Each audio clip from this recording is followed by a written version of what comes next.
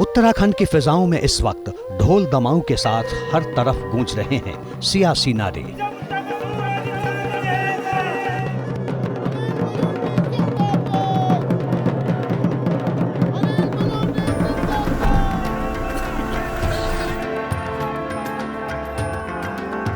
पांच लोकसभा सीटों वाली देवभूमि में गढ़वाल सबसे हॉट सीट मानी जा रही है। हिमालय की गोद में बसे गढ़वाल में चुनाव प्रचार का रंग बिल्कुल अलग है। अंदाज बिल्कुल अलग है और अलग है वोटरों का मिजाज। हेमवती नंदन बहुगुणा भी यहाँ से सांसद रह चुके हैं और भुवन चंद खंडूरी भी इससे पहले यहाँ पर सांसद थे और इस बार अनिल बलूनी का मुकाबला कांग्रेस के जिस नेता से है वो यानी गणेश गोदियाल, वो कांग्रेस के प्रदेश अध्यक्ष भी रह चुके हैं।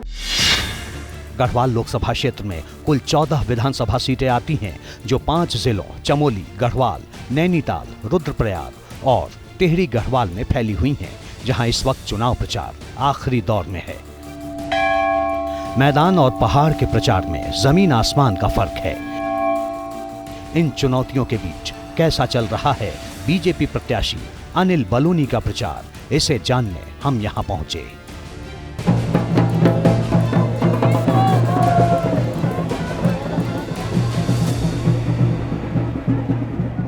आप देख सकते हैं कि देवप्रयाग विधानसभा क्षेत्र है जो कि गढ़वाल लोकसभा सीट में ही आता है।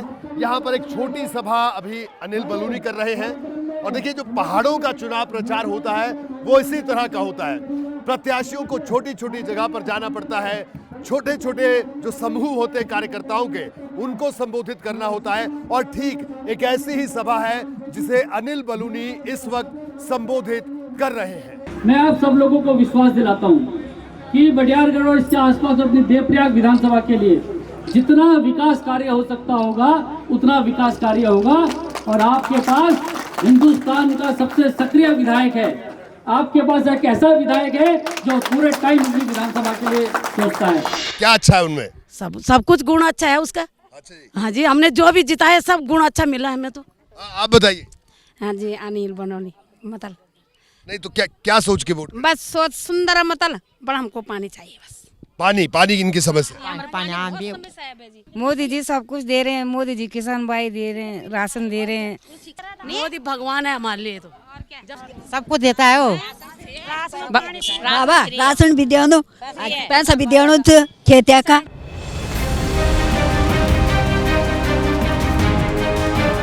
गढ़वाल के ऊंचाई के इलाके में 1 से 2 गांव के बीच का फासला कई बार दर्जनों किलोमीटर का होता है, तो कई बार पैदल ही ऊंची चढ़ाई करनी पड़ती है। इसलिए हर जगह पहुंचना किसी भी उम्मीदवार के लिए सबसे मुश्किल चुनौती होती है।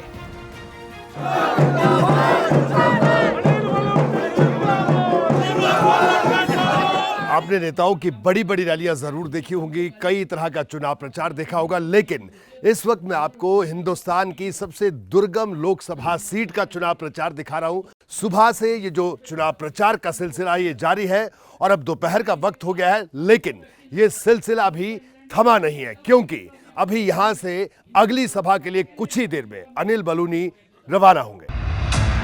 बीजेपी ने 2014 और 2019 के लोकसभा चुनाव में इस सीट से जीत दर्ज की थी।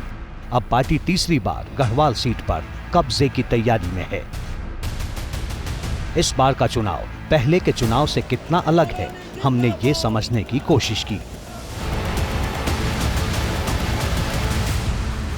तो इस वक्त अनिल बलूनी जी लगातार चुनाव प्रचार में हैं। अभी हमने आपको इनकी एक सभा दिखाई और अब अगली सभा के लिए ये निकल चुके हैं और पहाड़ों में चुनाव प्रचार बेहद मुश्किल होता है, तो वो भी हम आपको दिखाने की कोशिश कर रहे हैं। बलूनी जी तो अब अगली सभा के लिए जा रहे हैं, तो अगली सभा कहाँ पे है? अगली सभा यहाँ से करीब 25-30 किलोमीटर की दूरी पर है जी। और वहाँ पर भी पहाड़ में आप तो खैर पहाड़ के रहने वाले हैं, लेकिन पहाड़ में इसी प्रकार आपके दर्शकों को बता दूं कि ऐसे ही होता है जी।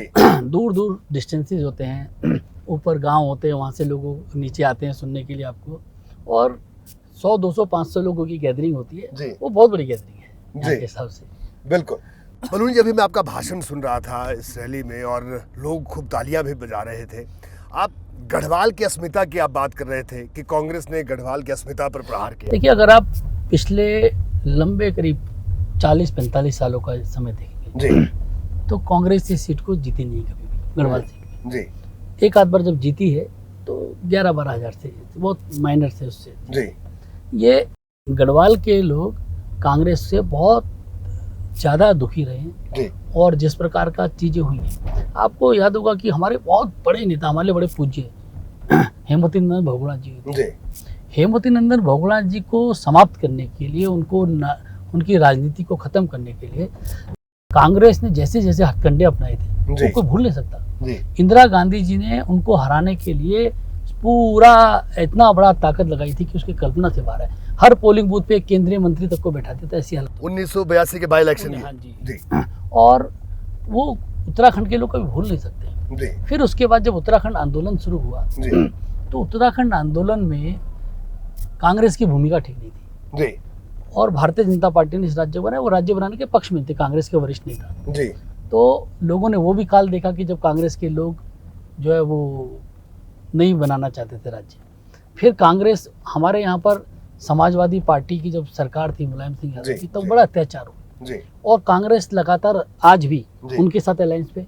उत्तराखंड के लोग भूल नहीं सकते इसको। जी हमारे जो माताओं बहनों का अपमान किया है मुलायम सिंह यादव जी की सरकार ने उस वक्त, कभी भूल नहीं सकते। तो ये सारी बातें हैं। और अब जनरल बिपिन रावत के बारे में तो जो कांग्रेस ने कहा वो तो लोगों की पीड़ा है। आप जाइएगा किसी चौक चौराहे पे पूछिए तो लोग बताएंगे कि हाँ, जनरल बिपिन रावत को बहुत अपसेट कर दे, उनके लिए बहुत अपमानित किया गया उनको। तो ये कभी भूल नहीं सकते सब। अगली सभा पे हम पहुंचने वाले हैं, वहाँ पे भी आपसे बात करेंगे। देखिए, अगर बात करें उत्तराखंड की, यहाँ पर एक बड़ा अभियान चला अवैध निर्माण को हटाने का, जिसमें धर्म विशेष के जो धार्मिक स्थल थे उनको भी विपक्ष कह रहा कि उनको निशाना बनाया गया। कांग्रेस ने तो ये कहा। तो क्या ये आप लोग यहाँ पर भी हिंदू मुसलमान की राजनीति कर रहे हैं उत्तराखंड में? हमने कभी हिंदू मुसलमान की राजनीति नहीं की। ये राजनीति किसने की आप बताइए? अगर मुख्यमंत्री और राज्य की सरकार उनकी, जी हरीश रावत जी मुखिया थे, जी उन्होंने कहा कि जुम्मे की छुट्टी दी जाएगी, तो ये किसने किया? हमने तो नहीं किया हिंदू मुस्लिम की राजनीति। जी पिछली बार आपको याद होगा कि इनके मैनिफेस्टो में था कि उत्तराखंड में, देवभूमि उत्तराखंड में एक मुस्लिम यूनिवर्सिटी खोली जाए। जी कभी जुम्मे की छुट्टी, कभी मुस्लिम यूनिवर्सिटी, क्या करना चाहते हैं? बलूनी जी इस वक्त फूल नहीं बल्कि फायर की तरह बात कर रहे हैं। पूरा चुनाव प्रचार भी ऐसे ही चल रहा है। आगे भी इनका चुनाव प्रचार हम आपको दिखाएं। जैसे ही घड़ी का काटा दोपहर 2:30 पे आए, बबीता जी का दिल सास बहू साजिश के लिए मचल जाए। और ये है इनकी बहू, पूरे दिन ऑफिस की टेंशन हो जाए गॉन जब ये करें अपना फेवरेट शो फ्री टाइम पे ऑन। इनकी तरह आप भी देखें अपना फेवरेट शो अपने टाइम पर और डाउनलोड कीजिए एबीपी लाइव ऐप अपने स्मार्ट टीवी पर।